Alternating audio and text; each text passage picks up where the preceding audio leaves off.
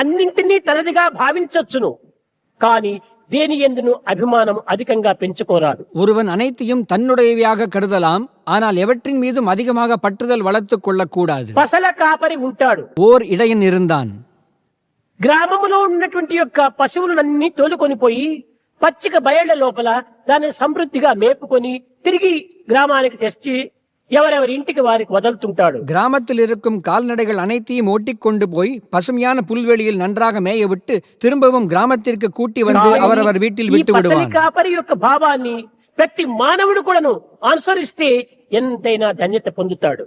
இந்த இடையனின் பாவத்தை ஒவ்வொரு மனிதனும் அனுசரித்தால் எவ்வளவோ பாக்கியத்தை பெறுவான். పచ్చిక బయళ్లలో దానిని తోలినప్పుడు నా ఆవు ఈనింది, నా దూడకు దెబ్బ తగిలింది అని నా ఆవు నా దూడ అనేటువంటి ఒక అభిమానం చేత దానిని పోషిస్తున్నాడు. கால்நடைகளை மேய்ச்சலுக்கு அழைத்துச் செல்லும் போது அந்த இடையன் என் பசு ஈன்றது, என் கன்றுக்குட்டி காயமுற்றது என என் பசு என் கன்று என்ற அக்கறையால் பேணுகிறான். కానీ అతనికి తెలుసు ఇది నాది కాదు అని తెలుసు. ஆனால் అவை தன்னுடையதல்ல என்று அவனுக்கு தெரியும். అది కానప్పటికీ తనదిగా భావించి దానిని పోషిస్తూ ఉన్నాడు. தன்னுடையதல்ல என்றாலும் தன்னுடையதாகவே பாவித்து அவற்றை பேணுகின்றான். అదే విధంగానే ఈ జగత్తునందున్నటువంటి సమస్త పదార్థములు నీవి కానప్పటికీ నీవిగా భావించి దాని యొక్క పోషణ నీవు చేయటానికి తగిన కృషి చేర్పాలి. இவ்வுலகில் உள்ள அனைத்து பொருள்களும் உன்னுடையவை அல்ல என்றாலும் உன்னுடையதாகவே பாவித்து அவற்றை பேணுவதற்கு முயற்சிக்க வேண்டும். లేదు, దాని పోషణకు అడ్డు తిరగకుండా పోతే అదే చాలు, అదే పోషణ.